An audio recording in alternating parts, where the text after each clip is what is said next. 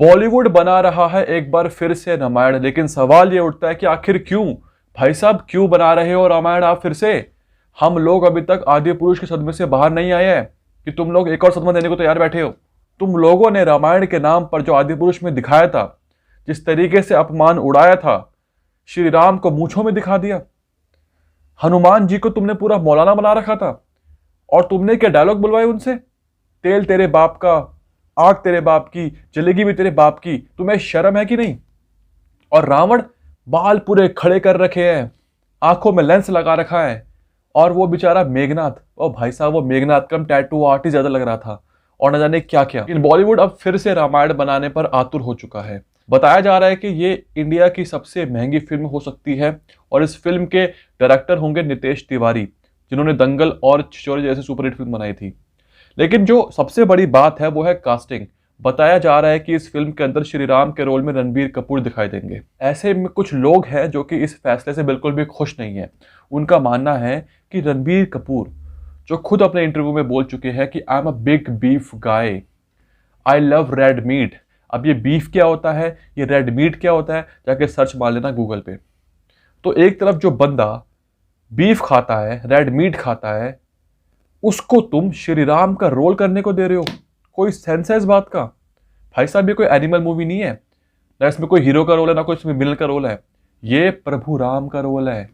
लोग तरसते हैं भाई साहब इस रोल को निभाने के लिए, लेकिन जब आपको अपॉर्चुनिटी मिली है तो आपको श्री राम के काबिल बनना पड़ेगा। वो तो नहीं बन सकते, एटलीस्ट उनके पद चिन्हों पे तो चल सकते हैं। श्री राम का रोल करने के लिए सिर्फ एक्टिंग आना जरूरी नहीं है, उस रोल को धारण करना जरूरी है, जो कि अरुण गोविल जी ने करके दिखाया था। आई थिंक अरुण गोविल जी के बाद मुझे नहीं लगता कि श्री राम के रोल में कोई भी सूट कर सकता है। कहाँ से लेके आओगे वो तेज, कहाँ से लेके आओगे वो प्रताप, कहाँ से लेके आओगे वो चेहरे पर सौम्यता जो श्री राम की हुआ करती है? इन एक्टरों के बस की है? I don't think so. क्योंकि यहाँ सिर्फ एक्टिंग की बात है ही नहीं, यहाँ बात है उस रोल को जीने की।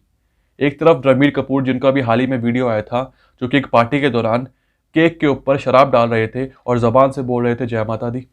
भाई साहब ये क्या है? तुम एक तरफ शराब डाल रहे हो और दूसरी तरफ तुम मुंह से जय माता दी बोल रहे हो।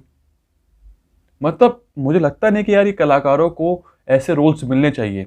इसलिए मैंने बोला कि भाई साहब क्यों तुम बना रहे हो रामायण? हम लोग रामानंद सागर जी की रामायण देखकर खुश हैं, इतने सालों से देखते आ रहे हैं, आगे भी देखेंगे। हमें और कुछ नहीं देखना, क्योंकि आप जो दिखाओगे उसमें पक्का अपमान ही होगा, संतुष्टि बिल्कुल भी नहीं होने वाली। और आपको बता दो कि सीता माता के रोल में साई पल्लवी होने वाली है। अब मैंने उनकी कोई फिल्म देखी नहीं आज तक, तो मुझे पता नहीं कि उनकी एक्टिंग कैसी है।